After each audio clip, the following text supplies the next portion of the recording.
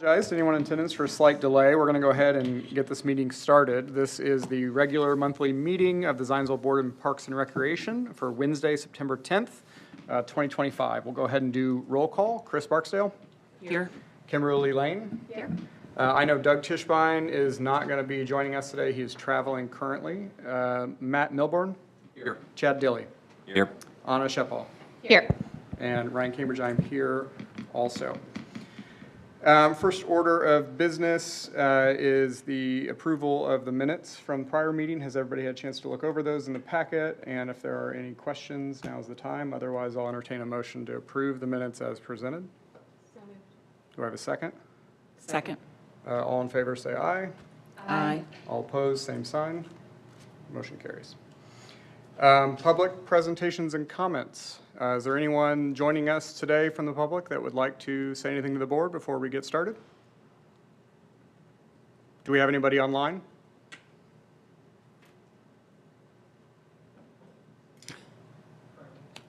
Okay. Hearing no one, we'll move on to the Park Foundation update. Chris, take it away. All right. Well, the foundation has written some big checks to the Parks Department this summer for the Carpenter Nature Preserve, $75,000 for the nature playground, which was matched with $75,000 in federal ARPA funds, $15,000 for Wildlife Lined, sponsored by Duke Energy Foundation, $5,000 for partial payment of the outdoor classroom, sponsored by Lilly, $15,400 for the Green Carpet Initiative, and $10,845 for maintenance of the pollinator gardens. They've also sponsored a $5,000 project to add native plants to the connector trail between Elm Street Green and Lions Park. And they enjoyed interactions with the public at the farmers market and at the Fall Festival Parade. If you saw the Lorax float, that was them, and they enjoyed being serenaded by all of the onlookers. They reached a milestone in giving away over 1,000 native plants to community members.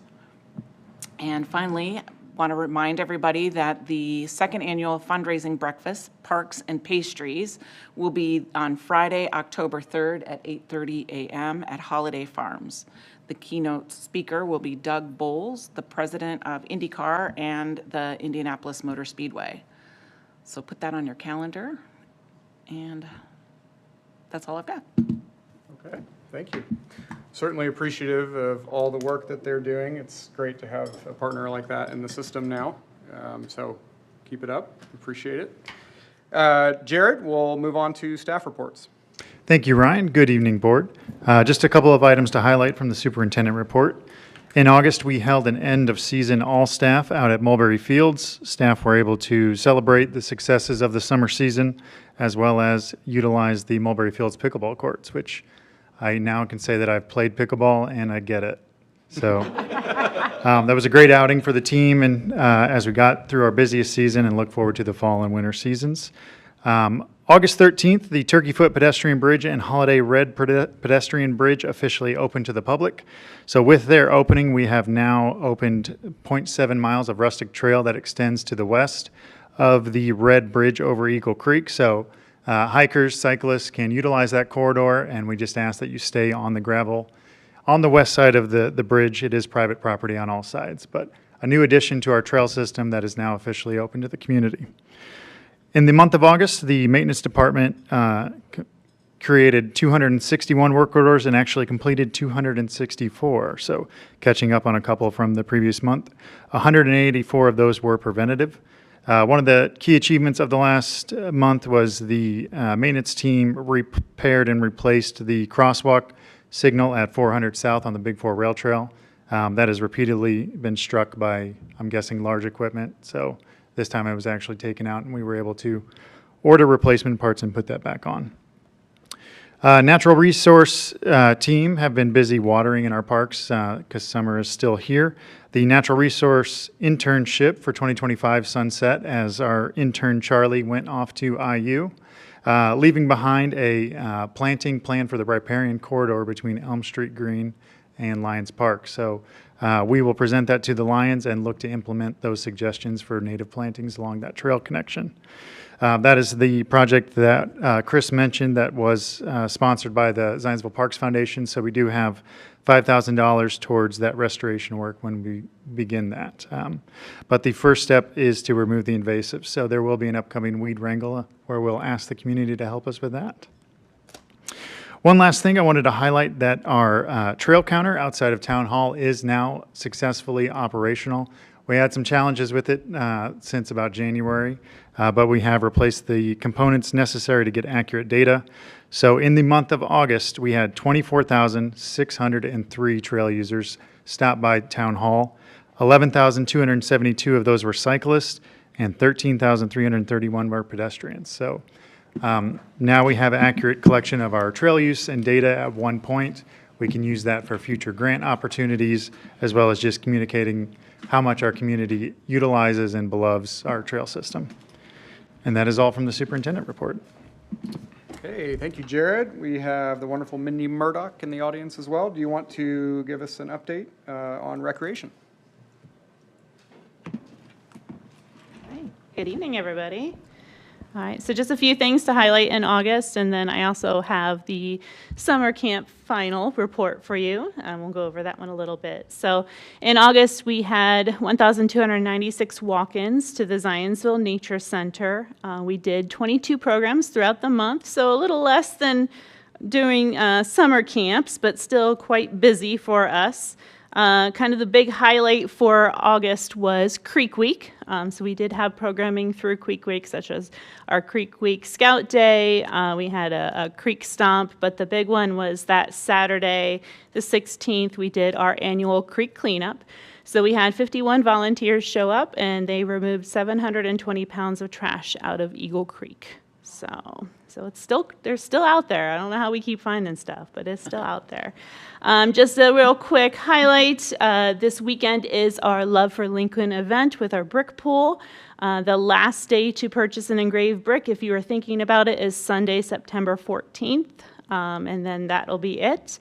Right now we have 60 volunteers that are signed up to actually help us during the brick pool. So we are full for volunteers. We don't have any more room for that one. Moving on to kind of go over just summer camp for this season, and that should be in your guys' packet. For our summer camps this year, we ended up with 20 different camp opportunities for kids ages 4 through 15. And so that also included Junior Indian and Master Naturalist. We have our Counselor in Training program for ages 13 to 15, so before they can become an actual seasonal with us. And then we did our first ever pickleball camp for ages, I think it was 10 through 14 for pickleball. Only 4 camps did not fill entirely, and those were our older aged kids programs, which is pretty common for us. Definitely our younger ages are the ones that fill the camps the quickest. 359 children attended camp this year.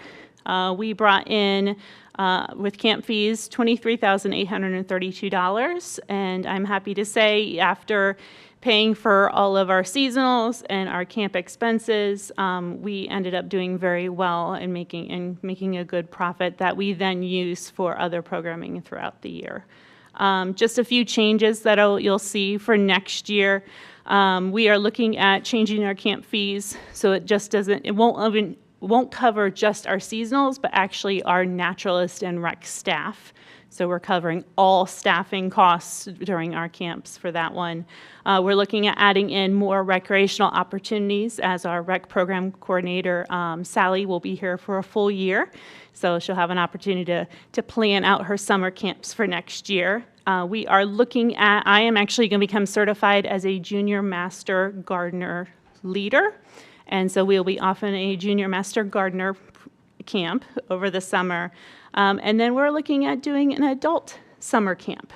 So if you ever wanted to go to summer camp for a day, not a week, just a day, keep that one in mind, that we will have adult-only summer camp as an option. But that's all I have unless anyone has any questions. Everything for Mindy? It's been a busy summer. Always a busy summer. It's been great. Thanks. Well, thank you. Thank you, Mindy. Thank you, Mindy. Thank you. Moving on to John, Parks Attorney, any new business or anything that we need to discuss? Nothing for me. Okay, all right. Well, let's move on to official new business then. Jared, we'll start with the Zionsville National presentation. Thank you. I'll invite Pete and Paul up here if they want to talk. So Zionsville National is our operating management team that helps us with the Zionsville Golf Course. This is their second full year out at the course, and I'll hand it off to them on an update at the course. Great. So this is just an update. Whatever. All right. Okay, thank you. It's a pleasure to be in front of you guys again. The golf course has had an exceptional year. This year we have implemented, when we were here last year, we talked about a different fee structure that eliminated the season passes, and it has worked better than we intended in that we have been able to serve many new golfers that haven't been able to use the course before just because there just weren't tee times available because of the season pass holders playing, 50, 60 times a year. There's only so many tee times. So because we made it a more even and fair way for anyone to book a reservation, we've had many new golfers, and the coolest thing for me is lots of young families out there golfing that I hadn't seen before. So I think that's the best part, at least for me personally. And then Pete and his team have done a fantastic job keeping the course, I think, one of the best smaller municipal courses in the state. And that's not just me saying that. We get those comments all the time. The conditions are fantastic, and it's a very friendly and easy place to play. So that goal has been achieved. The next goal is to build a halfway house. We call it a snack shack. And we'll have one of the most important things is that we'll have a handicap bathroom when that's complete. The intent is to build all of the horizontal work, so that the site work, do all the site work this fall, and start that hopefully here in the next 3 or 4 weeks to get that started as the season winds down. So that involves, the existing access up there is through a private driveway / public easement, is to move that easement to the east, and instead of a driveway, to have a 9-foot path that is built with the intention for pedestrians, people on golf carts, to get back to the course to enjoy this overlook that'll be overlooking the golf course. We've done a lot of clearing and improvements at that end of the course this spring, and it's a very nice view up there. And we're going to have a small little snack place where you can get hot dogs and things like that, and sit there and watch the golfers. And it's a par 3.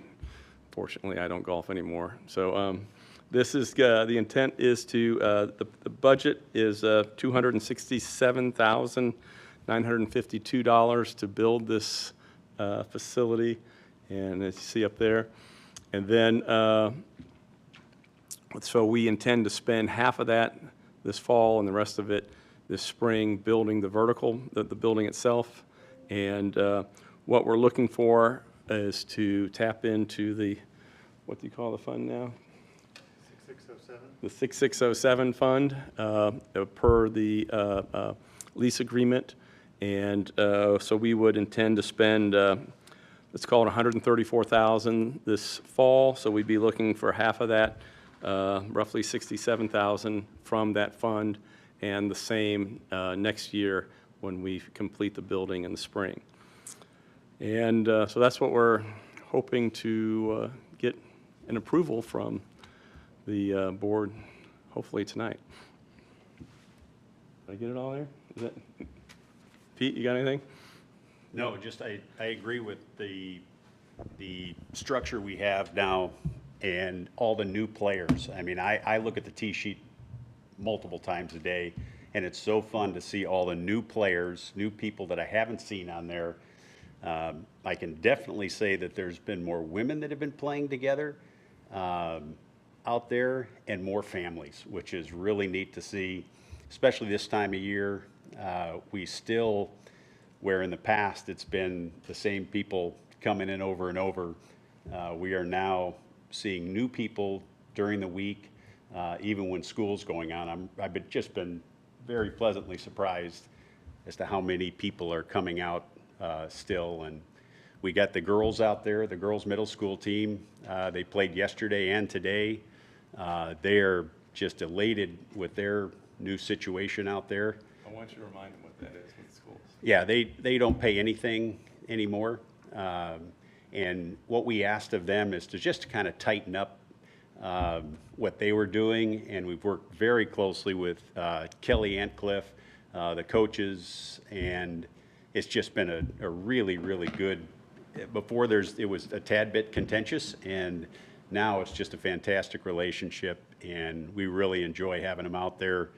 Again, like when we see the last year or 2 years ago when the boys and the girls high school teams both won state finals, and you look at all those kids and the majority of them started golf at Zionsville with the middle schools. So that's exciting, and we're proud of that. So that will continue.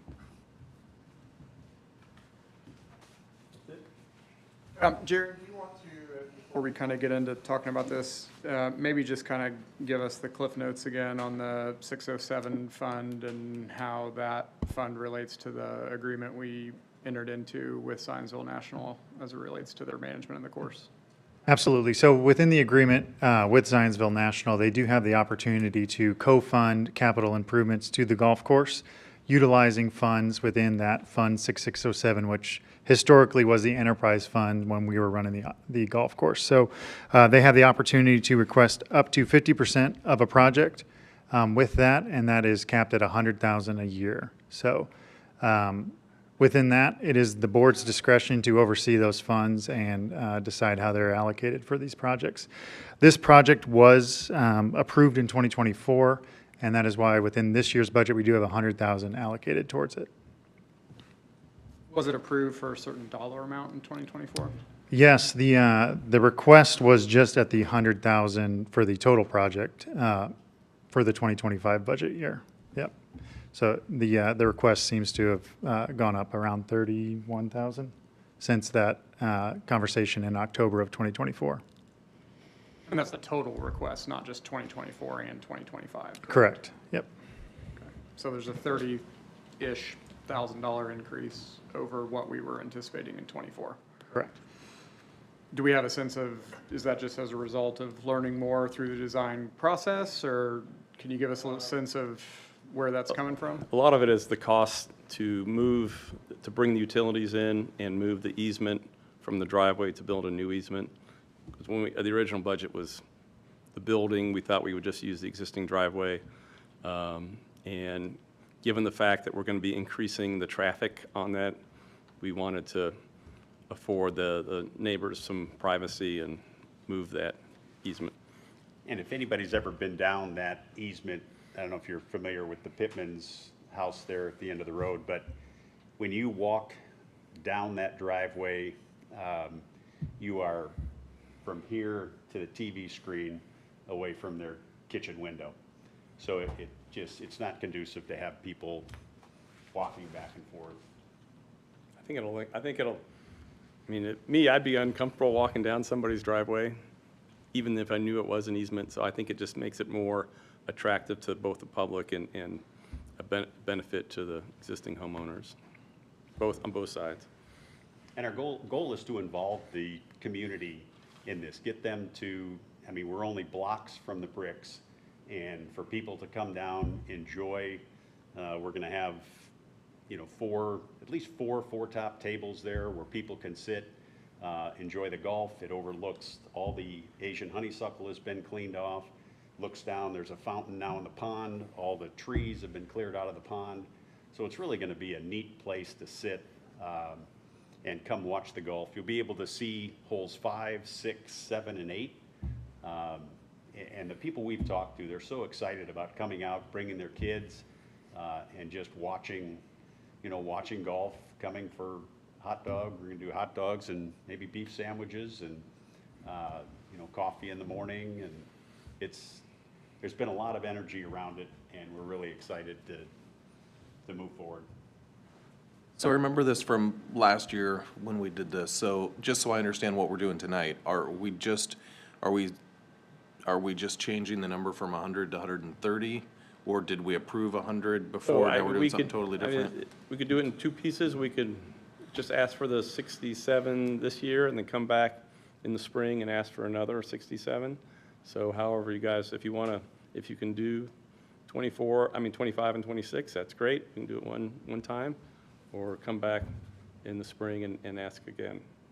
We can only do 100,000 annually, right, Jared?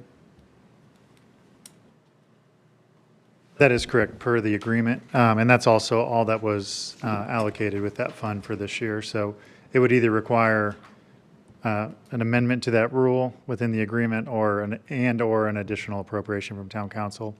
So perhaps, well, both, yeah, that's the correct answer. So perhaps the cleanest, if this was approved, would be just to build it into 2026's budget for this fund, which I already anticipated doing, just to have a blanket allocation should they come before the board. So did you do another 100,000 in the 2026 budget? I did. It's still in draft form, but that's the intention. Yeah. Yep. Okay. And what is the total value of the 6607 fund ballpark?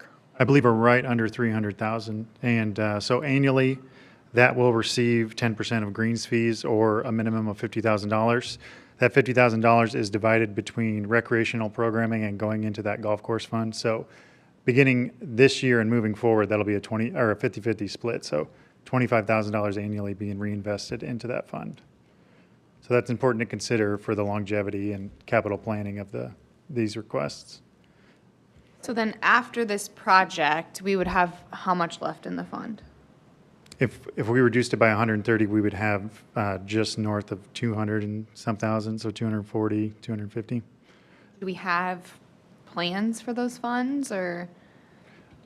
The golf course was, the next capital item. It's probably going to either be irrigation or the clubhouse. Clubhouse is way beyond a $100,000 ask. That's a large project that I'm looking forward to hearing ideas on. Irrigation would be next year. Irrigation solutions could be more within that capital request.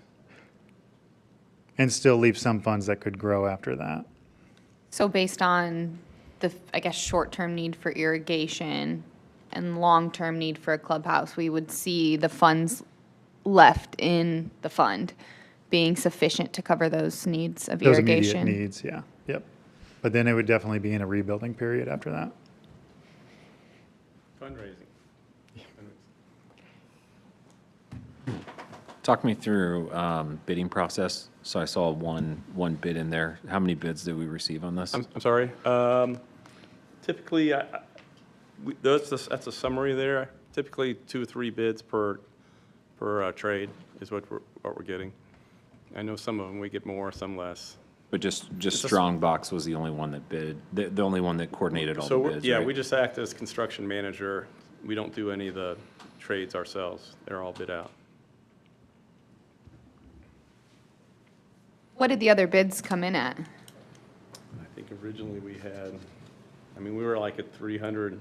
Yeah, Yeah. we were over 3, and we sized the building down a little bit, narrowed it up a little bit, trying to cut back. We wanted to keep it under 3, but still want to be able to provide something that is not just for the golfers, but for the community as well. That's really important to us.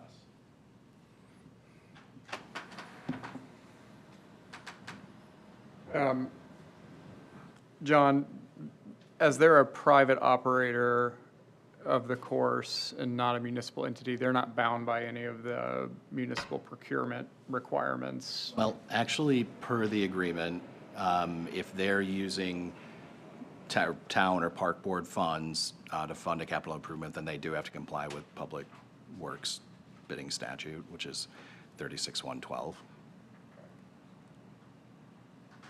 Which says what, John?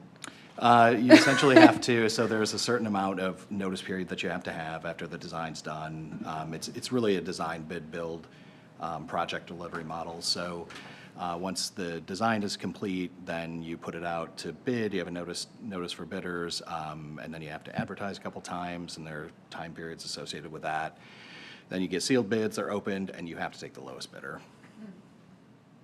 So for us to use the. And we require, sorry, Ryan, just No, it's before I all forget, you have to require performance and payment bonds of the contractors too. Okay. So for us to use the $100,000 from the 6607 fund to go towards this project, would it have to follow all of those? Well, it depends on the overall cost of the project. I mean, if it's over, so the threshold for requiring bids is 150,000. So if the total project's over 150, then you need to get bids. Otherwise, quotes are sufficient. I thought that just changed to 300. I thought they just changed that in new legislation. I don't think on that. So there are a few different public works statutes, and schools are different. There are some different entities, like the state has different requirements, and there are some requirements that you can use your own workforce for if the project's under a certain dollar amount. But yeah, I mean, traditionally it's been 150, anything over 150 has to be bid. Has that been done? Have those requirements been met? We have not advertised. Okay. I mean, we've gone out and we've sought bids, but we're happy to do it.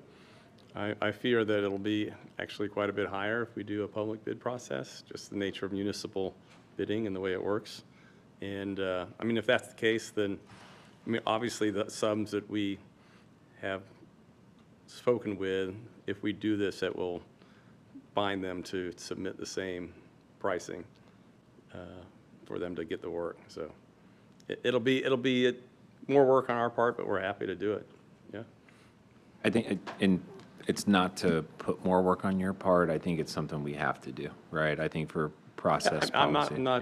Yep. not opposed to doing it. Yep. That's what we have to do. Yep. Yeah. So I would recommend go through that process. I do want to commend you all. I've had the opportunity to play the course twice. And both times Pete has been there for whatever reason for like the shots of my life. And so next time I go play, if you could just ride in the cart with me, I think I could score really, really well. Cameras on the course next, so you can record those, yeah. Yeah. Bought a pair of gloves for the record, so I plan on coming out too, and I'd love to see some healthy snack options, right? I love hot dogs, but something healthy is nice too. Like beer and what else were you thinking? There's natural, yeah. Doing Pop-Tarts this year. You know, They're really good. sugar-free, calorie-free, I'm sure. No red. No, dot. but maybe even like partnering with one of the local restaurants. We definitely, in that's Zionsville? definitely in the plans to use. Like Patachu might have like, you know, some, I don't know, any of them, really, cobblestone. Definitely Kale to chips? get the local restaurants engaged, We're for gonna sure. partner with Roasted. Oh, nice. cool. Yeah. That would be awesome. Yeah. No, the Bought or court, just bought it. Roasted's my favorite. I go there like 4 times a week. Their apricot peach cobbler, large, steeped, hot. They know me by name, so. I heard something about healthy healthy snacks. options and it. Yeah, you checked out? No, I think overall this sounds great, and I think it'll be a huge asset to the community. And maybe we could double check on that 150 or 300, if it is. I'll then we double don't check. have to jump through those Yep. hoops. That would be really- Yeah, the quotes are a much less formal process. Yeah, and I mean, in order to move the dirt and get it going this fall, we have to go in the next 3 weeks. So that would be very cumbersome if that was the case, so. Appreciate that, John. Yeah, I think that, you know, Chad, to your point, especially with a lot of the changes that are coming funding-wise as a result of some of the, you know, state-level stuff that's going to start trickling down, there's going to be a lot of scrutiny on. We're happy whether we do the public bid process or just, you know, a private bid process. We'll give you the AIA bid forms for every draw so that you can see all the sums and all that stuff, so. Yeah, I happy to think do that all would be helpful. Maybe more data, the better. And I think that gives us a defensible position to know, you know, if we're going to invest those funds, that we're doing it in a way that is following whatever sort of general best practices are established already, as opposed to creating our own. You know, I agree. I think it'll be a great amenity for the course that is kind of a special spot on the course. And I also want to commend you. I've spoken with a couple folks over the last couple of days that have said, you know, it's just been super, super busy out there. I think you're up year over year pretty substantially over last year. A lot of rounds played. It's been a challenging season. with the heat, so the course is still in good shape. Wet as anything for the first half, and We got it very dry all for at the second beginning half, and yeah, no way to store it, so. You're probably looking forward to that irrigation. yeah. I'm looking forward to November. So with that, do we want to just see if I mean, Jared, what action should we take, or John, do we need to table it, or? No, I think if you're comfortable with the project, you know, just to say that you approve it with the plans that are submitted, as long as they comply with the terms of the agreement, and whether that's bidding or quoting, I mean, either way, as long as they follow the correct procedure, then, you know, you're just approving the project as a whole. They'll abide by the terms of whatever the agreement says as far as what they need to do for procurement. Right, but I guess if we're approving a dollar amount, that dollar amount could change if lower bids come in, for example.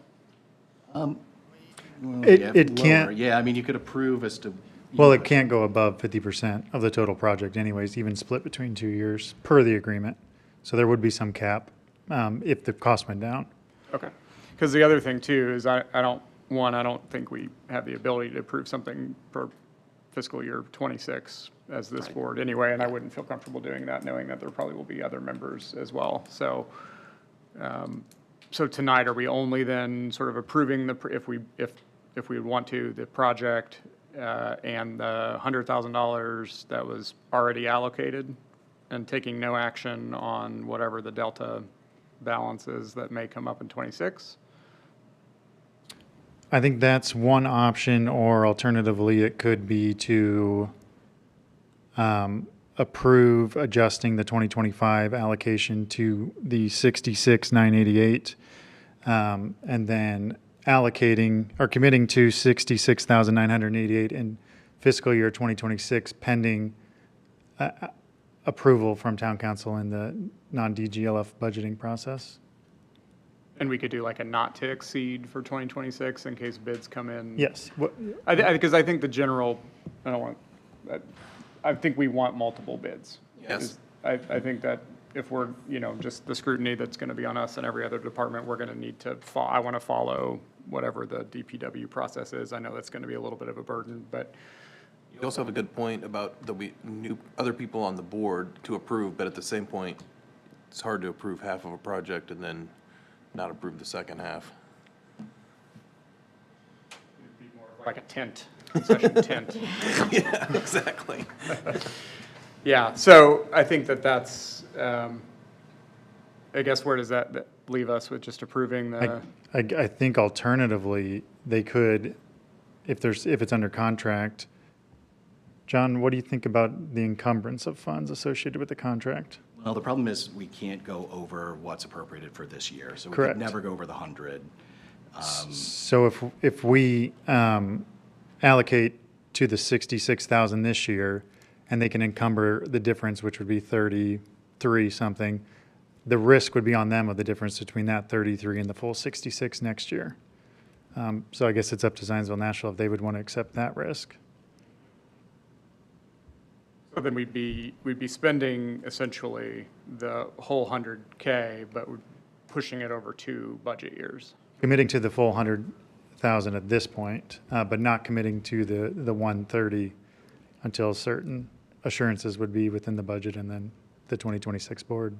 When you guys were going through the design process, did you look at any sort of alternative methods of construction, like a prefabricated structure or any sort of other delivery models associated with the actual structure itself? We did, and, the prefabricated structures and all that, wouldn't even meet the town's code, design standards as is.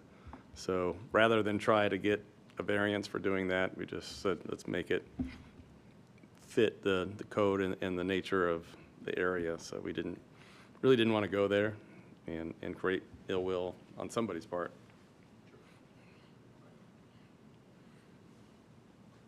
Okay, so, does anyone want to make a motion, or do you? I'll make a motion to approve the $100,000 for this year. If somebody wants to tell me the language, I need to. Well, do you want to approve, the two choices, I guess 3, 1, approve nothing, 2, approve the $100,000 as was previously approved, but all in 2025, or option 3 would be to approve the 66.7 or whatever it is right now for 2025, and then encumber the balance of the 100K for spending in 2026, but not go above that 100K amount. And then they can come back for the. Then rest. they can get, and I think all of this is subject to a competitive bid process. Yes, I'll make a motion to approve the 100,000 with the 33,000 being encumbered for next year. With any stipulations associated with bidding or as presented? With the stipulations that they follow the guidelines that are required by law. I wouldn't necessarily restrict it to bids because they might qualify for quotes if the statute was amended to that higher dollar amount. That they Okay, so could what get quotes. standard, you mentioned 3612, is that Public Works? It's in the agreement, yeah, so it's Indiana Code 36-112. Okay, so whatever procurement policy is specified in the operating And agreement. that encompasses bids and quotes, it's all under there. Okay. Hopefully, somebody got that, but, okay, so I have a motion, do I have a second? Second. I think we should do roll call vote. Chris Barksdale. Aye. Kimberly Lane. Aye. Matt Milburn. Aye. Chad Dilly. Aye. Anna Shepall. Aye. And Ryan Cambridge, I say aye as well. The motion passes. Thank you. Thank you, gentlemen. We appreciate it. Keep up the good work. We've heard lots of good things.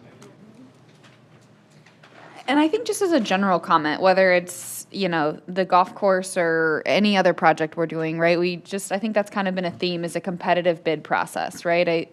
I don't know if we need to consider, sounds like there is already maybe a code for it, but, maybe set some sort of guidelines as a board of what we would like to see presented to us prior to a meeting to help us come into this knowing, hey, here's the project, here's the bids that were submitted. Look at them all so you can make a decision as to what you think is the best and or what questions or overlap, or you might even see opportunities where, one contractor has one area super high and the same contractor has that same area low, and we can ask questions as to why, you know what I mean, to make sure that the bid is fully baked out and that we're not coming back later and asking for more money because the bid wasn't baked out. So not just to you guys, but I think in general in all of our projects, that's something we as a board need to talk about and kind of John, set that standard. John, clarify for us, the rules and regs on this are pretty clear of what the minimum is, right? Of what a minimum, Yeah, what the there are minimum- dollar amounts, yeah. that's correct. what minimum amount of bids you need to get, right? How many bids do you need? But you can't control the amount of bids you get, I mean, sometimes you How get how one, many do you, sometimes you get none.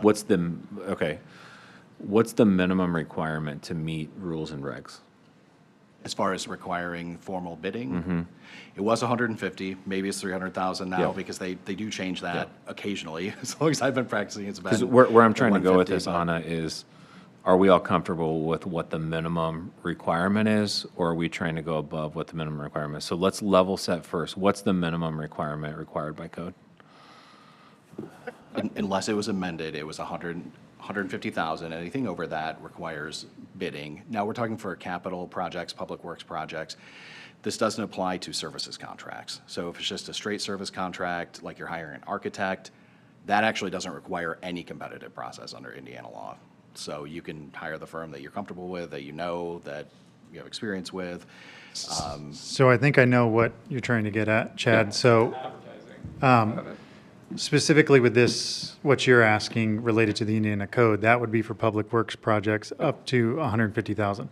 Now with a quoted project around 25,000, you attempt to get 3 or you just solicit for quotes? Well, anything under 150,000, you get quotes. So yes, you have to solicit quotes from at least 3 vendors known to, provide that service or contracting service. And, like I said, you can't control whether they all respond to you, but you have to give them a week to respond, and you obtain 3 quotes, at least 3 quotes. And And then ask you for have to more. take the lowest bid. Do you have to take the lowest? Always have bid? to take the Okay. lowest. So, yeah. Yeah. And there's, I mean, let's just be honest, right? There's risk with that, taking the lowest bid, right? Like, I'm sure that GCs sometimes like their subs because they trust their sub and their sub comes through and they're willing to pay a little bit more. So just, I think my ask is that we at least follow what is minimum required by code. I'm probably personal bias, a little bit more like free market, like if I like a sub, I like a sub, and I want to go forward with them, but I don't think we're afforded that luxury with these public projects. That's exactly right, Jen. Yeah. So when you solicit bids or quotes, you're always bound to take the lowest. Yep. As long as it's both responsive and the bidder or quoter is responsible. So, if you ask for A, B, and C, and somebody submits a bid that's A and B, you can reject it. Even if it's a low one, you can say, you didn't have C in there, we asked for that, sorry, that's non-responsive.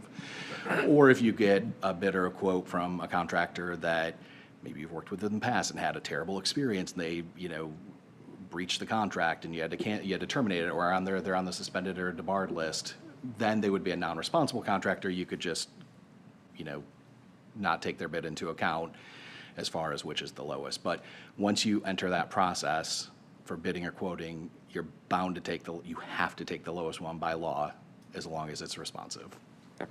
And just to reiterate, just because you go through the process doesn't mean that you'll get 3 or more back. It That's could right. just Had some be one. projects And where you there were just always one or two, right? you always Yeah. reserve the right to reject all. So if it comes in, like Lincoln Park, if it comes in over budget, you can just reject them all and rebid or requote.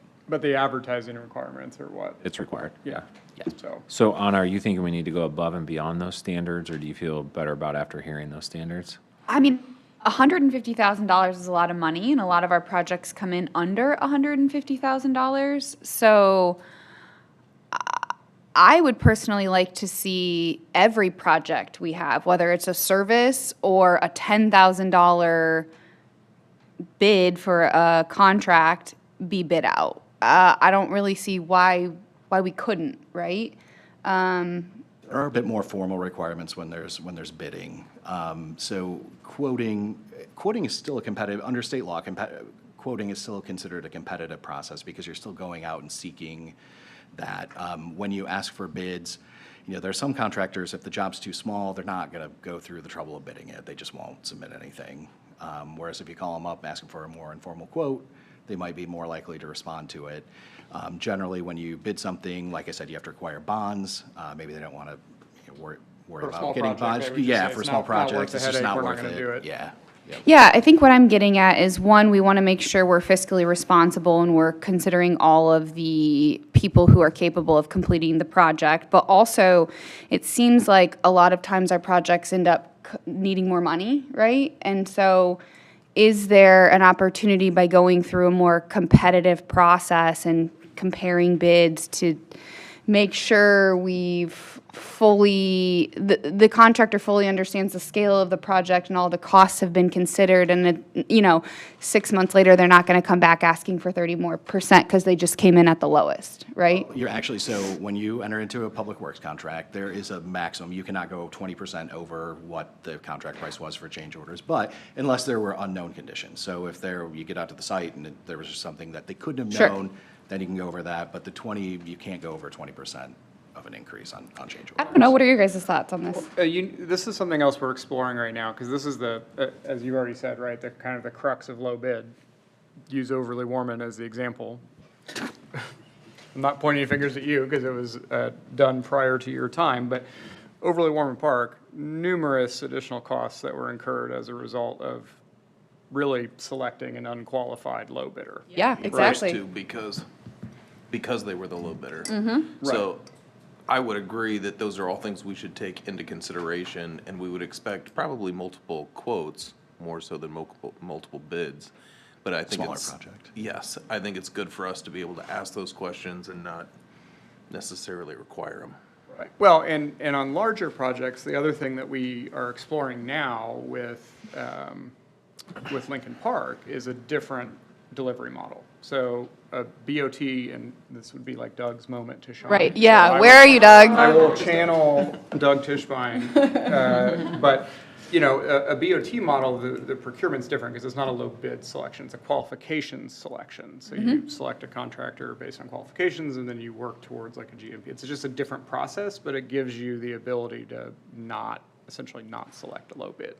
So this is the first time that we're, as a park board, certainly, I'm sure Right. Zionsville I guess maybe has done some BOT work in the past, but. Working on our first couple right now, actually. Okay, so we are at let's- the bleeding edge of Zionsville's use of a fairly established project delivery method, but it is a different way to do it, because that's the challenge, right? Is you find someone that maybe specializes in bridges, and they are a little bit light on work, and they decide they want a low bid a park contract to keep their guys busy.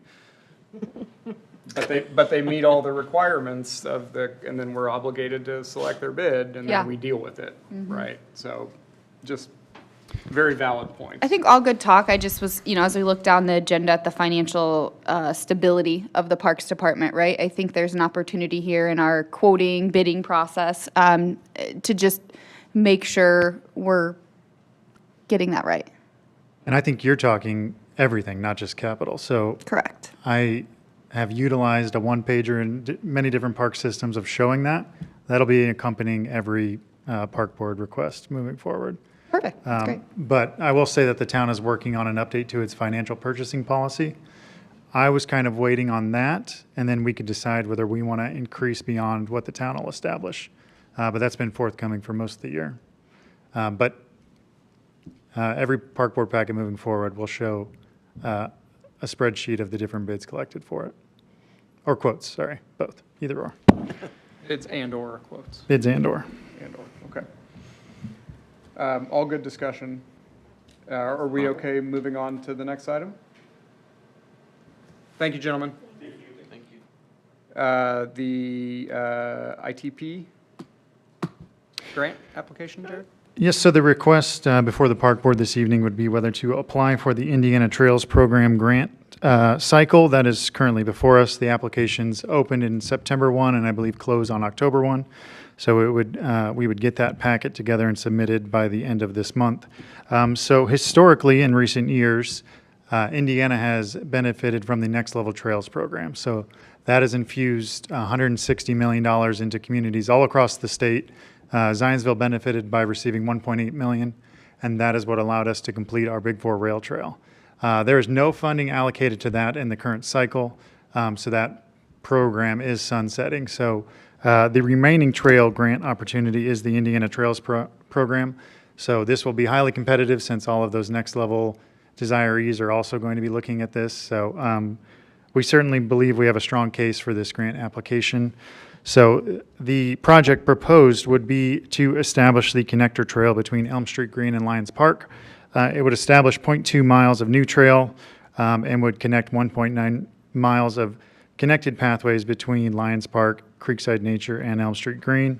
The project total for this was estimated at around $800,000 for construction. The maximum request from the ITP grant would be $400,000, so we would request the full allocation if approved, and we would locally fund $485,000. Of that, the $85,000 has already been allocated, and that's the design work that's getting this shelf ready. So the outstanding capital ask, if the application was approved, would be $400,000. If this grant application is submitted and approved, we would go before town council requesting an additional appropriation from the reserves within our general fund for that $400,000. I'd probably ask for $500,000 to have contingency. So any action tonight would be contingent on Council's appropriation. council's appropriation. We wouldn't enter into the agreement until that was solidified.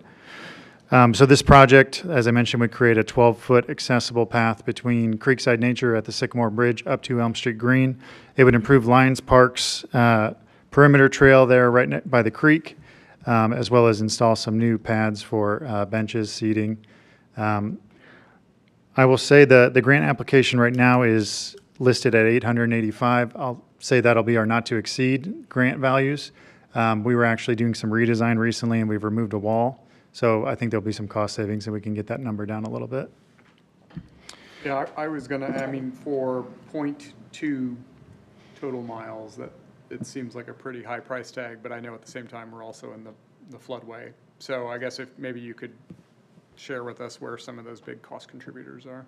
Yeah, so there would be, the staging site would be about a third of Lions Park, right there, closest to the trail, Lions parking lot, closest to the trail, so we would have to rehabilitate that. Part of the expense, as I mentioned, is that retaining wall, which we've been able to remove. Part of that expense is the concrete work for the pads, as well as a restroom pad in Elm Street Green. Part of the work is moving one of the ZLL baseball fields. It would be within the reroute, yep. And the rest would be mobilization, demobilization, unknown contingencies, and earthwork and permitting. What happens to the baseball field? What happens to the baseball field? We would move it about 16 feet, and we've already chatted with ZLL about their comfort level with that. Okay. That's one of their T-ball fields. It's in the Lions Park master plan too. Okay. It's a T-ball field, so they really don't even need backstops. It just, the trail alignment happens to sort of clip the existing dugout. How much would we be paying out of our reserves? The- Remind me again, I'm sure you went through it. How much would we be paying? Yeah, so if approved and we had the additional appropriation, our commitment per the grant would be 400,000. Okay. And what account does that come from, and was that in our budget this year? Not in the budget this year. This would be a 2026 request. So in the 5-year capital planning, I did have this project in 2 or 3 years from now. So truly, the grant would be the catalyst in asking for it earlier than that. But within the general fund operating, which this 400,000 would come from, we're sitting right around 2 million. So we're at about 112% operating in cash reserves within that fund. Have you chatted with council about getting the 485 approved from the general fund? I have not yet. I really don't want to bring this forward unless we receive the grant. And like I mentioned, I think it's going to be highly competitive. So if we don't, I think we do need to remain mobile to seize opportunities like this. I mean, it's cutting the total cost in half. But again, if that opportunity is not here, this project will be pushed out. So anytime you say yes to something good, you typically have to say no to something good as well too. So by saying yes to this, what would we be saying no to? And put that in context of the strategic plan that the board put together a couple years ago. So what, if we moved a couple years sooner on this and what we anticipated, what are we saying no to now? So that's a great point. So this trail has been in the plan since the 2016 Strategic Trails Plan. It's also been incorporated in our 5-year master plan. But to your point, for the next couple of years, I've actually more or less cleared out many of our capital projects from forecasting just because of the impacts of SB1. I think we're really going to have to focus on operational expenses.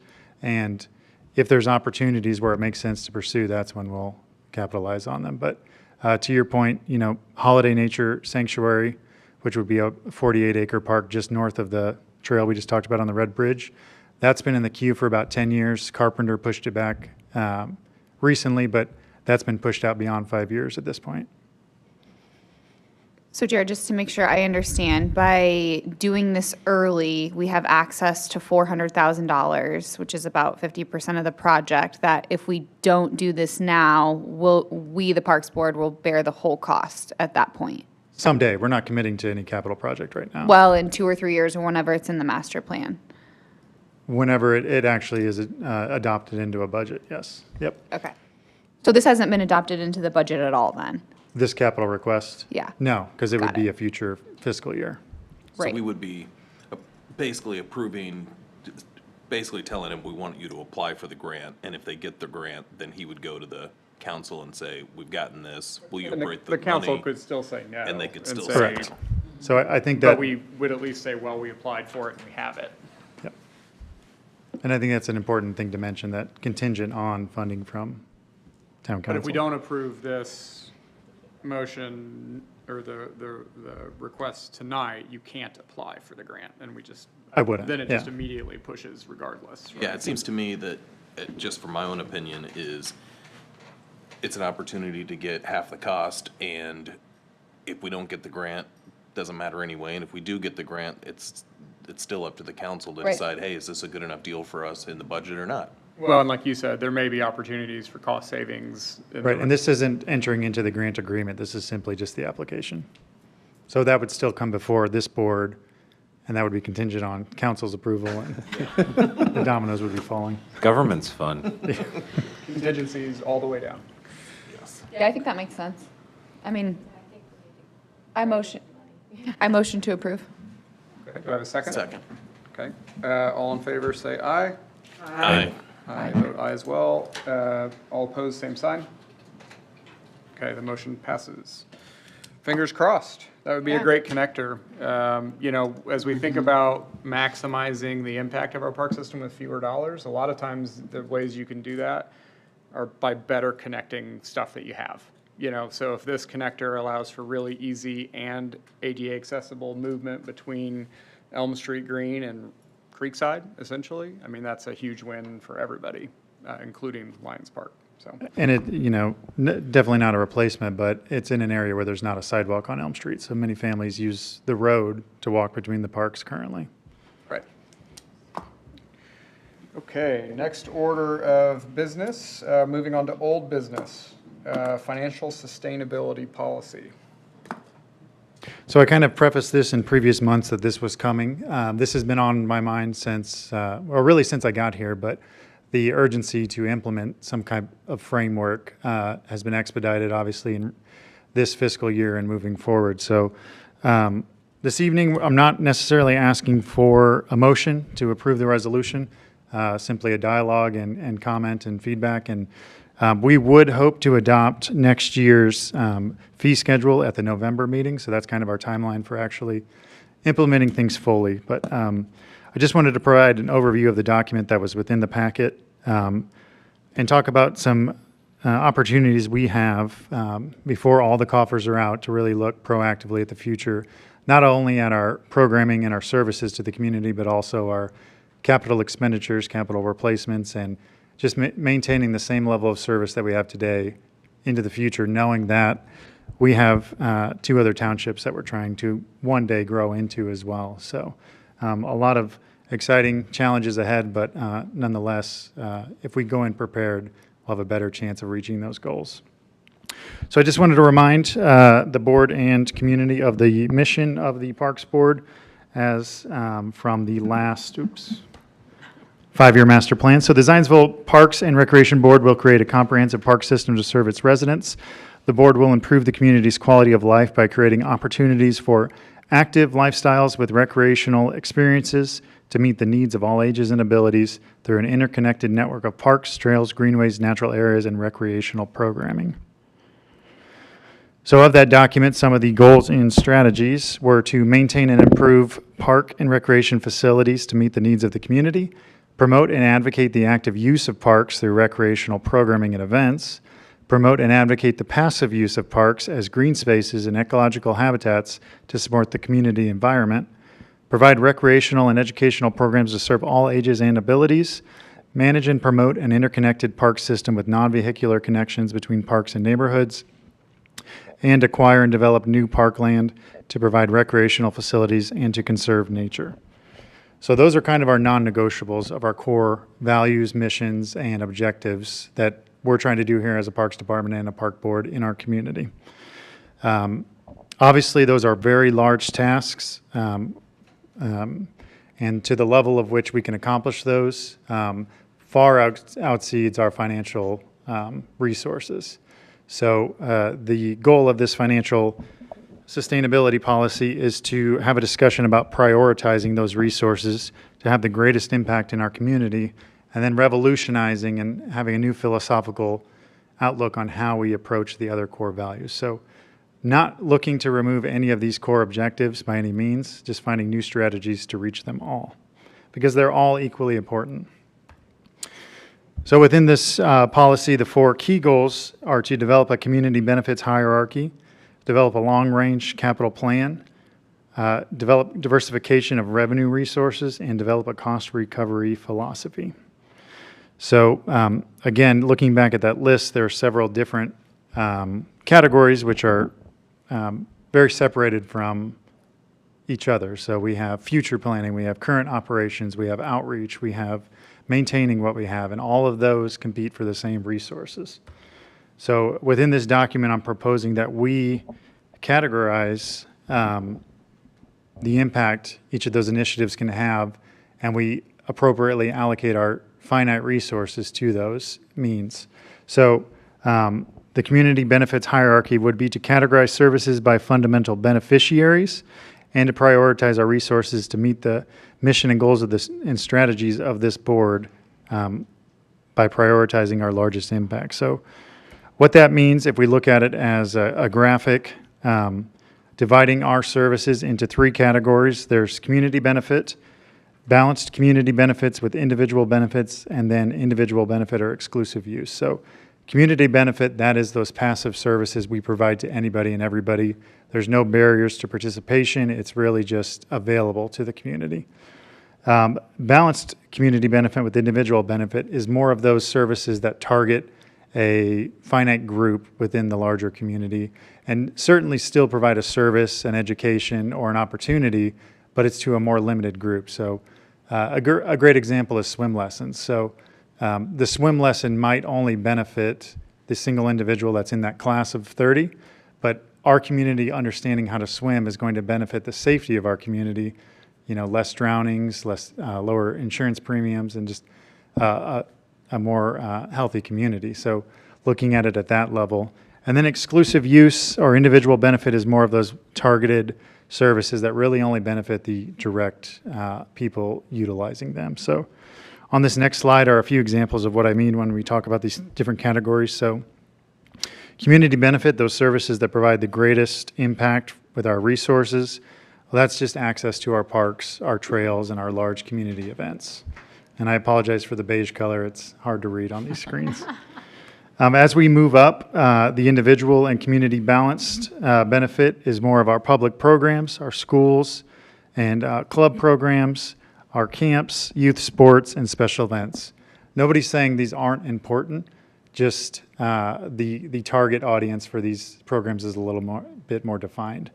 And then moving up to individual benefit or exclusive use, these are those services that really occupy either a big foothold or really serve only a very particular group, which doesn't mean they're not important, but when we're talking about scaling our resources, these should have a different ideology with them. So the golf course is a great example of this individual benefit exclusive use. Golf courses take a lot of resources to maintain. They only have so many tee times and things like that, but years ago, our community committed to having a golf course, and fees were in place so that it could generate funds and support itself. So it's an enterprise fund that provides that service, but is not necessarily pulling from other resources within the overall department. So it's kind of that same logic. Some of the examples are community garden plots, our dog parks, our shelter reservations. Again, more of those exclusive uses for individuals. So from that, some of the statements, public funds should be prioritized to subsidize operational and capital expenditures associated with core services that provide the greatest community benefit, access to parks, trails, and community events. Non-tax-based revenues should lessen public subsidy levels and recover operational costs associated with mission-critical services that provide greater individual benefits. And finally, services that primarily benefit individuals or grant exclusive use of public facilities or staff should recover costs beyond their basic operational expenditures. So one of the requests of this document is whether we agree with that philosophy for those points. So taking this concept, we can apply it to various services that we provide in the community. And unfortunately, fortunately, the easiest one to do is to look at our programming. So historically, we have charged fees for many of our programs, but we've also offered a certain percentage free to the public. So there is a certain level of taxpayer subsidy that is supporting programming, as it should. We are a Parks and Recreation Department. This policy aims to develop these levels and establish cost recovery goals so that those programs can still continue, but it's not to the detriment of the upkeep of our parks or the missing out on a capital expenditure that could replace an amenity or provide an opportunity for someone in the future. So again, applying this lens to our programming first, and then we'll expand to other services as we can. So if you look on the left of the pyramid, using that ideology, we should anticipate a low cost recovery or full subsidy of the community benefits that we provide. So we're not looking to put fees on the parking lots of our parks. We're not looking to limit availability of trails. And if we're offering community events, they should be not a financial barrier to anybody in the community. But as we move up that pyramid, it would be shifting that so that, when you're balancing community and individual benefit, it should look to recover most of its costs or lessen the subsidy that we're providing. And then ultimately, the exclusive use, there's an opportunity for that to be a revenue generator or a profit center that can then subsidize other programs within the pyramid. So eventually, the hope is to develop the programming wing as an enterprise fund so that it can sustainably grow, but not detract from some of the needed resources of our park system. Because in Zionsville, we are fortunate to have 800 acres of parkland, and we far exceed the needs of that park system than we have of local maintenance resources right now. So again, SB1 and other restraints, we really need to innovate how we can keep up our brand and our level of service to the community, knowing that we're going to continue to grow as new communities join, our new neighborhoods join our community. So that's kind of the first part, is just agreeing on the framework of how we should position our resources. Moving on to long-range capital planning. So couple of different opportunities in here. The first is to develop a funding mechanism for our capital improvements, and equally importantly, our capital replacements. So as we mentioned earlier during the grant conversation, our general fund, Fund 2204, is our operational fund from the tax base. Every year, we underspend certain lines, and those cash reserves stay with that fund. So that's an opportunity to slowly and sustainably grow some of those cash reserves, which historically have grown. That's why we're sitting at about 112% of our annual operating. So that's an opportunity to fund some of these capital improvements that we always forecast with our master planning process. So we'll touch on these in just a second, but developing a capital improvement plan. And then I'm just going to jump on. So the capital improvement plan, which we're proposing with this policy, is not unfamiliar to Zionsville. We've been doing it with every master planning process we've had to date. So a capital improvement plan is a forecast of where we want to invest capital funds in the, let's say next 5 years, since that's usually our benchmark. That's taking somewhat the needs of the park system, but more equally importantly, listening to the wants and desires of our community and finding a way to make that happen. So not always informed by reality or the true conditions of our park system, but everything in that has been supported with our community. It feels good to accomplish those improvements, and it has helped us provide the level of service we have today. Moving forward, I think with each master planning process, we also need to have a capital replacement plan as a part of that exercise. So we conducted a primary version of this with our 2023 to 2028 master plan process. So we had a life cycle analysis of our current assets, and there's a scoring system you can see there. And it helped inform some of those capital improvements we needed to have within the next 5 years. These two exercises need to work together to inform future master planning processes so that our capital improvement plan is not celebrating new milestones in a vacuum outside of the current needs of our park system. So truly, it's just going to be an Excel sheet. It could be as simple as that, like what is on the screen, just listing anticipated life cycles, having those audits, but then more importantly, taking that information and sticking it in our capital plans so that we're not deferring maintenance to the point of failure. So knowing those costs associated with the capital replacement plan and the capital improvement plan, we can proactively find ways to fund both of those efforts. So for the capital replacement plan, we have a fund called Fund 4403. That is our non-reverting capital fund. Historically, it's been called the Rainy Day Fund, and it's kind of just been there. Every year, that fund is contributed to from the general fund if we underspend in our park improvements line. So back in the 70s, the town council committed to every year having an allocation within park improvements that if we underspend that, it goes into that non-reverting fund. So that is what has allowed us to replace the Starkey Bridge recently and other capital expenditures in recent years. But I think if we purposefully define that fund as a funding strategy for capital replacement, we don't have to strip away everything from our capital improvement. We can have a mechanism to do both objectives at the same time. And just to touch on the screen, which I kept skipping. So again, the capital replacement plan would inform the capital improvement plan that's created with each master planning process. The capital replacement plan would project up to 20 years into the future. So understanding life cycles, maybe there's going to be 3 years where there's a heavier load of capital need as things fall off, and just being able to appropriately scale that with all the other desires of and objectives of the park system. And then again, this would be updated based on real world conditions. So that's one of the objectives of the financial sustainability policy, is implementing that dual process for all future master planning and having those funding mechanisms for some of those capital expenditures. And diversification of our revenue sources. So obviously our largest annual contribution is the general fund. We are approximately 6% of the town's overall fund. But from there, how we're able to accomplish so much is really through many of these existing channels that are on the screen.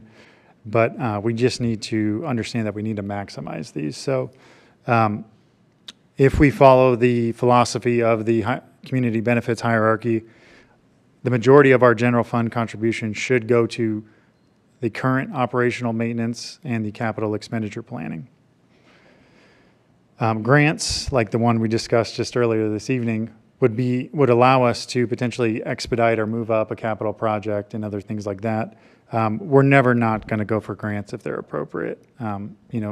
Free money's not free, but it definitely helps us stretch our local funds and accomplish the objectives we've set out. Impact fee utilization and in-kind capital development. So currently, whenever we have a construction project in-house, we are looking to utilize our impact fees whenever we can first. So impact fees are established every 5 years as well, and they can only be utilized on certain amenities, which was reflective in that first resolution we passed this year as we looked at our kind of 5-year plan for the impact fees. Conversely, there is the mechanism for us to exchange impact fees with the developer so that we can still have a park developed. And that park doesn't necessarily have to only fall into those categories that's assigned in the impact fee plan. So a great example of that is recently this board approved waiving the impact fees of the Wild Air development. So with that, Wild Air is pledged to develop the Johnson Preserve, the woods that was deeded to the park board, which otherwise, had we not put that at the front of our priority list, that could be 10 to 15 years out, which is not necessarily a bad problem, but that is reasonable to believe when we might have been able to deliver that with our local resources.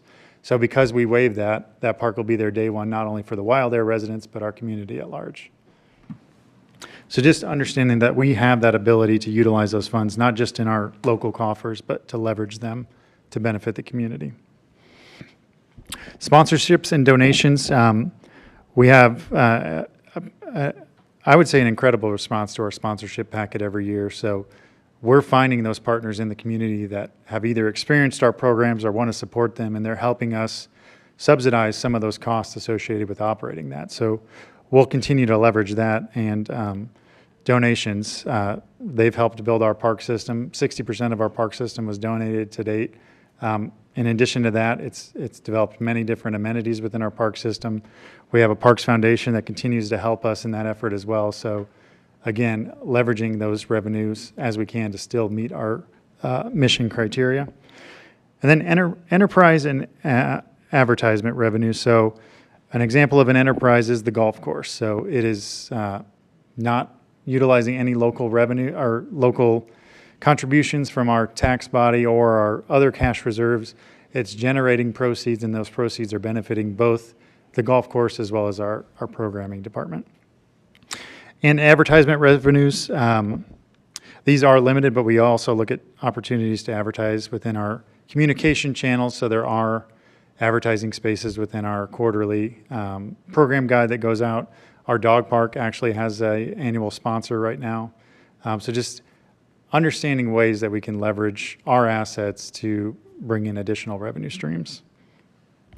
And finally, program fees, facility rentals, and memberships. So this is those funds that we have the most control over because we can set those. So, certainly the market dictates that somewhat, but our goal is to look at each of these fees, rentals, and memberships and truly attempt to capture both our direct and indirect costs associated with putting that on. So that fuels our cost recovery goals. So cost recovery is the degree to which the operational costs of a service are financially supported by program fees and/or applicable funding mechanisms such as grants, partnerships, donations, sponsorships, or alternative funding sources. So if we're looking to just develop a cost recovery philosophy, this would be some guiding principle that helps us structure where those subsidy levels are with programs and outreach. So it is recommended that the department develops its cost recovery philosophy to reflect the community benefit hierarchy presented in this policy. Fees, charges, and cost recovery goals will be structured to align with the benefit received by individuals and the community. Programs that serve the general public will receive higher subsidies, while those providing individual benefit will strive for full or greater cost recovery. So again, using that pyramid, if it is a community-wide benefit like a parks or trail, we're not necessarily looking to recover costs. There might be an opportunity for some cost recovery. I think of a large community event where we might have vendor spaces. We have a fee associated with vendor spaces. That's some passive revenue that might be generated from that. But that's not ultimately the goal of the community benefit tier. But as we move towards the balanced community and individual benefit, that is our youth sports leagues, that is our special events, that's our camps, our clubs and programs, we would look at targeting 150% of our operational costs to recover in that. And the reason that's over 100% is because while we want this policy to be fair to our community, it needs to be sustainable. So there are always indirect costs that are being applied to these calculations, but further, the revenue brought in that exceeds the true operational cost can help subsidize some of those other programs to the community. So it all benefits itself and can begin to work in a cycle. And finally, if it is a program that individually benefits or provides an exclusive use primarily, that's our shelter reservations, that's our dog park memberships, garden plots, concession stands, private programs, that would seek a 200% cost recovery target. So when I say cost recovery, that is the planning hours that our staff put into that specific program. That's the hours it took to conduct that program. That's the materials, and then that cost is divided amongst the participants and then multiplied by the cost recovery goal. So that is the four pillars of kind of where this policy is today. So happy to have a longer discussion on that, but kind of where we would go once this policy was adopted is we have a formula that we could apply to our programming, and that would inform our pricing beginning as early as 2026. And I will say to lessen the burden, so we've applied the formula to basically every series program we provide throughout the year. Some of them are right in line. We just made accurate guesses as we attempted to recover those costs. Others, it's quite drastic. So we have begun to reach out to community partners to help us provide that to the community in the future years, not at the full cost to us, but to help subsidize that with other means. So the Parks Foundation, we've had initial conversations with, and we're looking for other philanthropic partners to help reduce that adjustment to our fees. That's all for right now. That's it? Is that it? Yeah. Can you go back to the beginning and try that one more time? Yeah. No, I think, that's a lot. It's a lot for me, and this is the type of work that I do professionally, is to help craft policies like this and develop the stuff that, everything you just said that supports them. So I know it's probably a lot to everyone else too, but, I think it's something that every good park system needs to have regardless of what financial condition they're in. But I think in our case, just with the sheer amount of acreage that we have, which if you look, we have 100 more acres of parks than Carmel does. Carmel has 3 times the population and a significantly larger tax base. So, we are doing a whole lot with a little, and that little is going to have to stretch even further as we look into the future. So a challenge that Jared and Mindy have and that we have as a park board is when we're trying to find additional resources to continue providing this level of service that we kind of always have, how do we justify a fee increase or in some cases, a decrease. And without a policy like this in place that provides a decision-making framework, then it's your opinion versus Mindy's versus ours, and it's a mess. So I think this is a big lift, but it's a very worthwhile one, and one that will help ensure greater financial stability moving forward.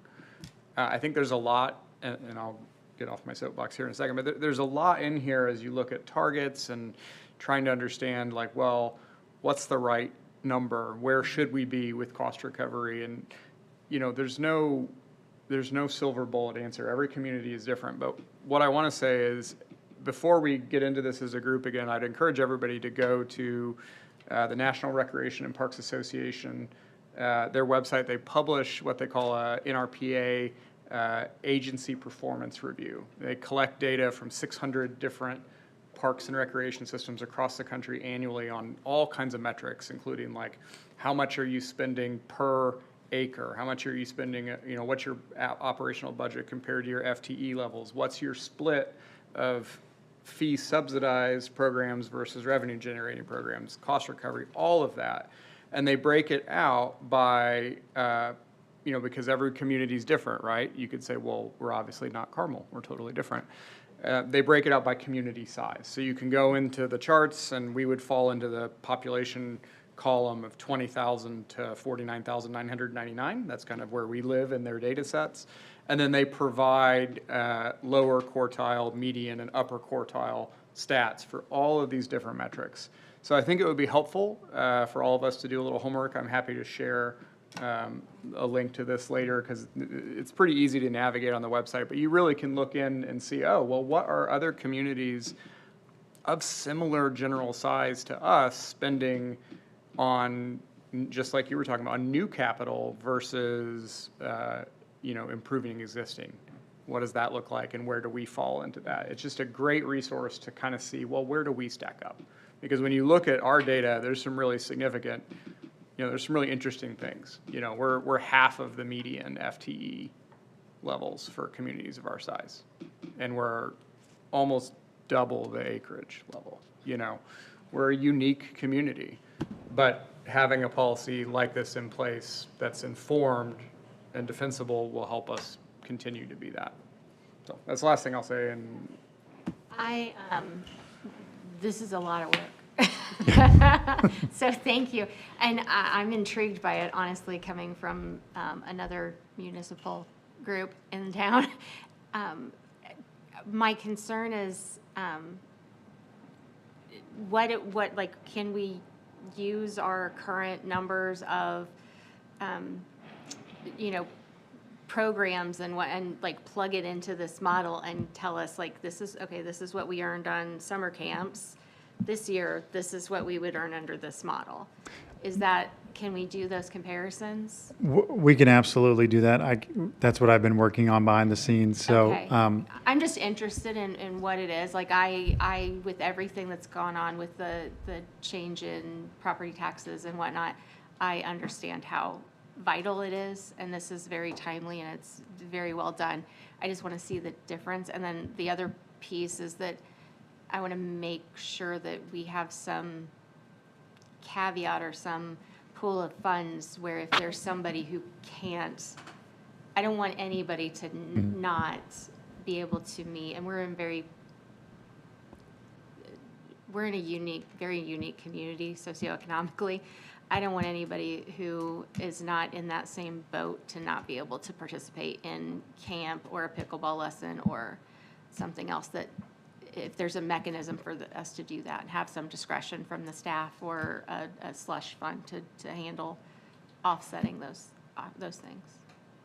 and that's really why we drive home sponsorships and partners to help bring those down on the front end. But to your point, we did explore a camp scholarship program a couple of years ago. We had actually the applications received were less than the available funds from the foundation. So we felt pretty good about that. So we actually did sunset that because it just didn't appear that the need was there at that time. So that's definitely something that we're always thinking about.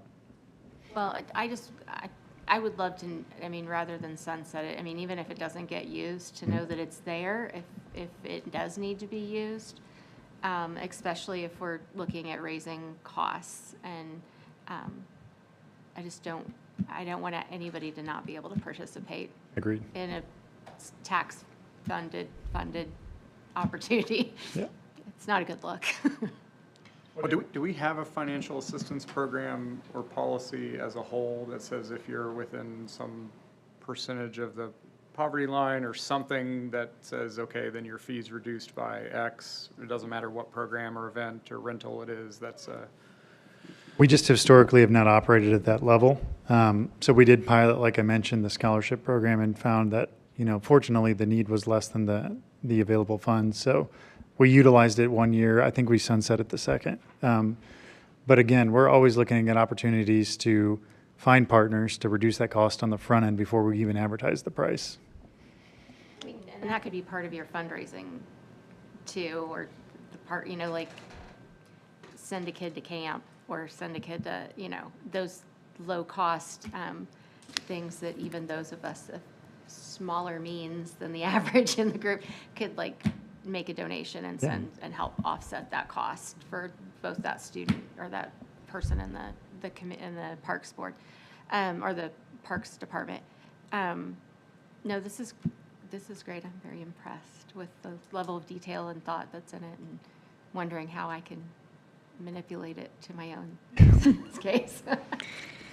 Jared, have you thought about working with the council to maybe increase the park impact fee for new developments as a way to increase revenue for the board, for our parks department?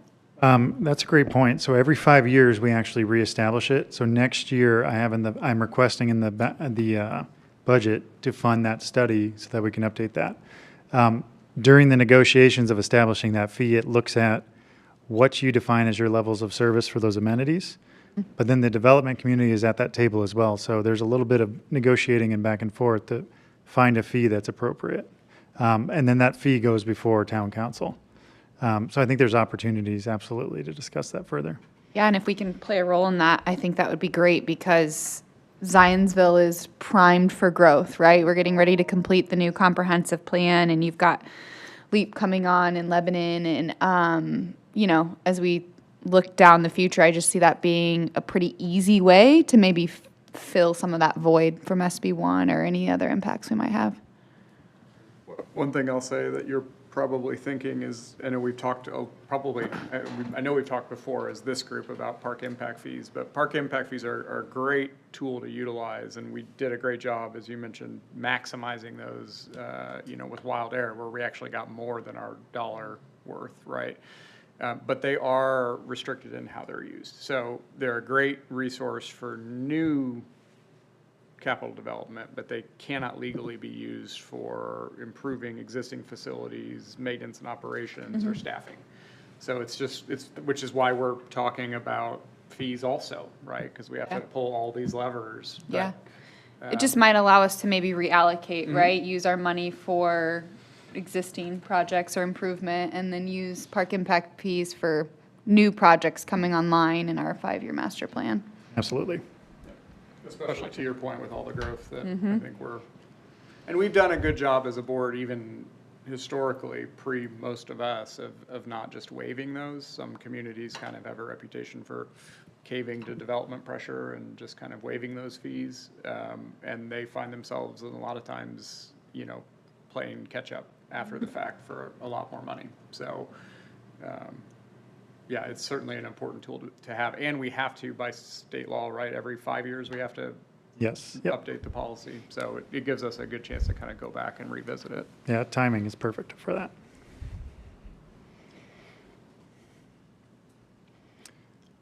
I mean, all I'll say is it's a big lift, like I said, but it's a worthwhile one. And I think it will ensure that every hour that we're spending or every dollar that we're spending of the very limited resources that we have is making the greatest impact possible while keeping us in sort of a sustainable position.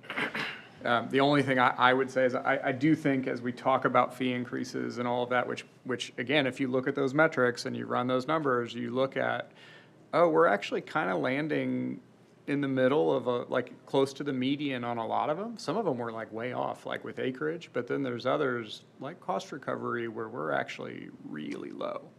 So to me, that says, we have a great system, but that is an area where we're below our peers, I would assume a part of that is so much passive parks, right? It's Yeah. gotta be part of it. Yeah, but it also, so the way they measure that is as a ratio of your earned revenue versus your operating budget, not necessarily the acreage. So we're spending the money. The challenge we have here is that we have a lot of acreage to maintain and a lot of miles of trails to maintain. So even though So they're I'm thinking about passive- it mostly just from a population standpoint compared to the parks, and even though we have a lot of acreage in terms of the populations of similar sized cities, I'm just curious, part of that is, obviously, I love the thought of breaking this down on, hey, these need to be moneymakers to pay for these things, that's excellent.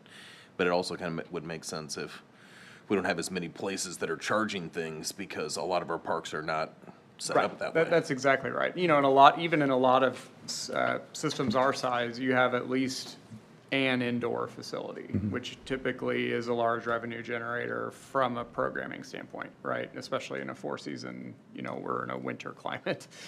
We don't have that, right? We just don't have that revenue source coming in, and there's not really a plan that anybody can agree on about how we get there yet. So, you're exactly right. We just don't, that's why we're having to maximize every possible resource, because we don't have a huge sports complex that, is generating a ton of tournament revenue every year, and we don't have some of those things. So I think as we look at these, and I don't, what I heard you say that I believe is also true is changing the fee structure isn't a fix to all of the budget problems.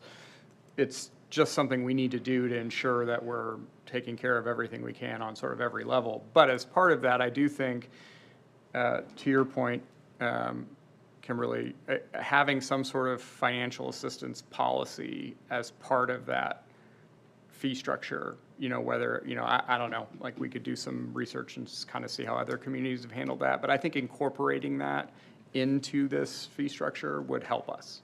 And where do the monies for that fund, that program come from? Having a plan for that, even if it's not used, that it's there, that the policy is established, because we might find if we have to increase fees to a certain point and we're getting a number of requests, for financial assistance to participate, then that just may not be, if there aren't funds to cover that, that may not be a program we offer because we can't do it equitably. But without that policy in place, we just don't have a framework to make that decision. So, it's a lot, but I think it's a great pursuit. So is the ask that we approve this? There's no ask tonight. Oh, okay. Yeah, it was just because there is so much to Yes, digest. a lot. I think it would be, I guess our board homework might be to go back and actually kind of fully reread some of the content that Jared presented. Because I think there's going to be some additional meat on the bone with some of these items and some fine tuning of cost recovery targets and what programs fall into what buckets, if you will. And then that way Doug doesn't get out of homework. That's There you right. go. That's right. Did you say the fee schedule is next month? November, No, okay. which we wouldn't implement till January, so. Right. Even December if we had to. So we could probably see some of these comparisons by next month and then continue to think or talk. Yep, For November. absolutely. Jared, does Zionsville input our data into NRPA's Park Metrics database? We have not historically. I think that would be a worthwhile effort, because we have all of it. It's not, I probably feel like I texted half of it, requesting half of it this afternoon, but all of that data exists, and if we create a login and input that for our community, you would have to do it, or Mindy could, but then you can run comparative analyses within their database and say, well, how do we stack up against communities like ours in Indiana, communities like ours in the Midwest, communities like ours across the country, and actually compare line item by line item without having to go pull all that data manually. So I think Benchmarking. It is, it's opportunity. benchmarking. I do that with library statistics. And the nice thing is, a lot of times when we do benchmarking, as consultants, we're having to go like mine all this data, and find it and call and get it. And in this case, they already have all of it. We're just not in the system to be compared. So I think that would be a worthwhile effort if there's some staff capacity for that. Do it. Now that you're done with this and don't have anything else to do. Yeah. I will say, I've never done it, but I don't think it's like a multi-day thing. I think it's a couple hours. I believe I did it for my previous park system, so. Yeah, but it really is a useful tool because when I imagine questions may come up when we start talking about like, well, the cost recovery goal is this and our cost recovery rate is this. You're like, well, what does that mean? How does that compare? And we might say, well, that's actually higher than communities of because right now our cost recovery goal on our programming is actually, our cost recovery rate on the programs themselves is higher than the median average, but our whole as a system is lower. Well, and I find it very helpful to look at the benchmarking in my professional life. I get to do it by a percentage or within a percentage, up or down of our population size, of our budget size, because those are, and sometimes they're the same libraries and sometimes they're not. And then also, the places locally that people like to compare us to. So, we've talked about Carmel. What about Westfield? What does Fishers look like? What Plainfield, Avon, whatever. Some of those ones that are always on the tip of the tongue. Well, what do they do? It's just nice to see all that out in black and white. Well, and it gives us, just like we had a conversation about the golf course, right? Where, there was some resistance to increasing rates or eliminating the annual passes. When you actually look at what we were charging compared to the market, it's like, well, no kidding, we need to do, but if you don't look at that, it's just one person's opinion against the other. So, yeah, if you can find the time, I think that'd be a worthwhile effort. I'm happy to help with it. If you can feed me the numbers, I can plug them in, we'll figure it out, but I think it would be a good tool to kind of just start plugging that in as we go each year around budget season. Okay, that was a lot. I suspect we'll hear a lot more about it at the next meeting or the next meeting or two. So moving on to the next item, other board-related items, this is the easement. Oh, up one. Oh, up one. Did I item. skip one? Lincoln Park refresh. No, I don't see it. Yeah, we don't have that. Oh my, okay. It's on the agenda. I'm sorry if there's discrepancy in the digital format. Yeah, it's on the emailed agenda. It's not On the on this email, agenda. it's not on the iPad. I was going off the iPad. All right, that's twice Let that's me happened. rewind. Now on to the next item, which is the Lincoln Park build, operate, transfer, refresh process. I just wanted to give an update on the project. So the RFP queue has been released. It's advertised on the 4th and then again on the 11th. Those will be due on September 24th at 3 p.m., at which point we've developed a selection committee of Ryan, Doug, and I that will review those based on criteria and hopefully enter into initial negotiations. And the ultimate goal would be to have the negotiated agreement before this body in October. So got about 2 weeks once they come in to really start working the project down and all agreeing on the maximum price, scope, and all of that. So we're moving forward with that. Doug and I are going to try to work to get some of the cut components back in budget. So. Okay, now we're good. Sorry, I was waiting for someone else to do my job. Other board-related items. Now we're on to the easement. So last month, this body approved a utility easement for Carpenter Nature Preserve from Duke Energy. Days after we got that notarized and over to them, they changed the exhibit. It's the only item that's changed within the whole document, so all the words are verbatim. If you look on my screen, which might not be present, let me make sure it's popping up for the community. There we go. This is a snippet of each of those exhibits. So if you look on the left, the original exhibit had it actually entering a neighbor's property right there at that 90-degree angle on the property line. After they got their crews out there, they actually noticed that their existing line was already on the preserved property. So this is just following that dotted line of the property boundary and getting up to where that connection always was. So just a change of exhibit. So With board approval, we will accept the updated exhibit within that utility easement. Motion to approve. A second. All in favor, say aye. Aye. I vote aye as well. All opposed, same sign. Hearing none, motion passes. Okay, moving along. I believe, I'm trying to get back to the agenda here, we're on to claims. Has everybody had a chance to look through the claims that were included in the packet sent by Bonnie? And are there any questions and discussion that we want to have on those? And if not, can I have a motion to approve the claims as presented? Make a motion to approve the claims as submitted. Do I have a second? Second. Okay, all in favor, say aye. Aye. Aye. I vote aye as well. All opposed, same sign. Okay, motion carries unanimously. Finally, do I have a motion to adjourn? So move. Wow. Second. So fast. Third. Okay, third. All right. Thank you, everybody. See you next month. See ya. I'm opposed.